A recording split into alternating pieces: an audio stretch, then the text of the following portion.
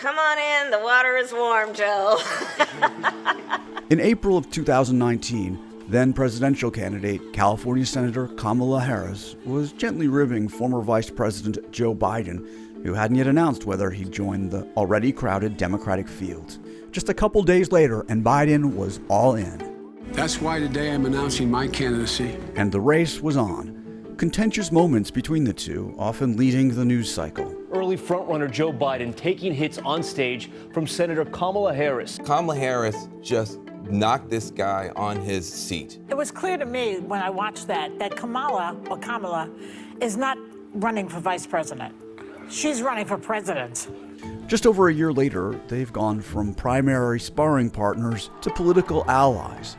I don't hold grudges, and I made it really clear that I don't hold grudges. Mr. Biden, fulfilling his campaign promise to choose a woman, has named Ms. Harris as his running mate, which would make her the first black woman nominated for vice president by a major party.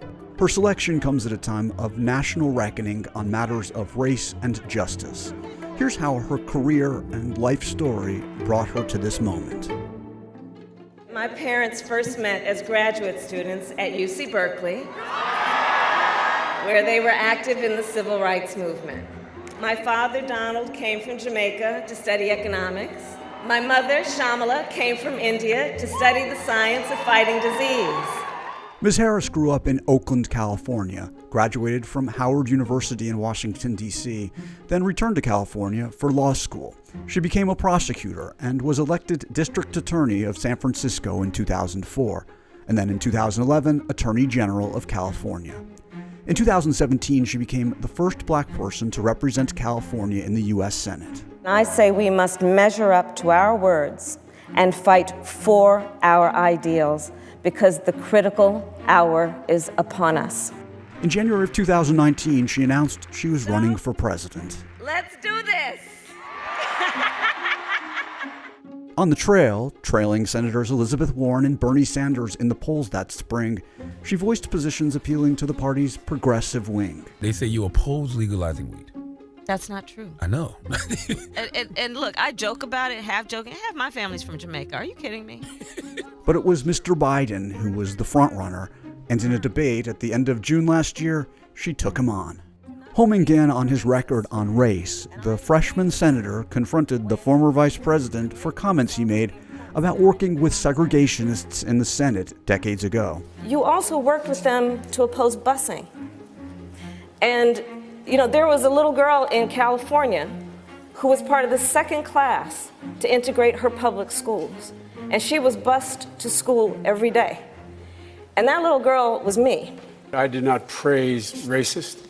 That is not true. Do you agree today that you were wrong to oppose busing in America then? No. Do you agree? I did not oppose busing in America. What I opposed is busing ordered by the Department of Education.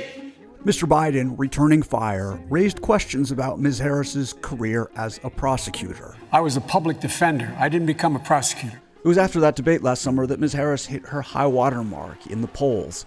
Kamala Harris surging to second place. Speaking to the National Urban League, Ms. Harris defended her role as a black woman who worked in law enforcement. Why do we only have to be on the outside, on bended knee or trying to break down the door? Shouldn't we also have a role on the inside, where the decisions are being made? In one debate, Mr. Biden accused Ms. Harris of failing to disclose to defendants evidence of past police misconduct. She didn't do that. She never did it. And so what happened? Along came a federal judge and said, enough, and he freed 1,000 of these people. This is simply not true.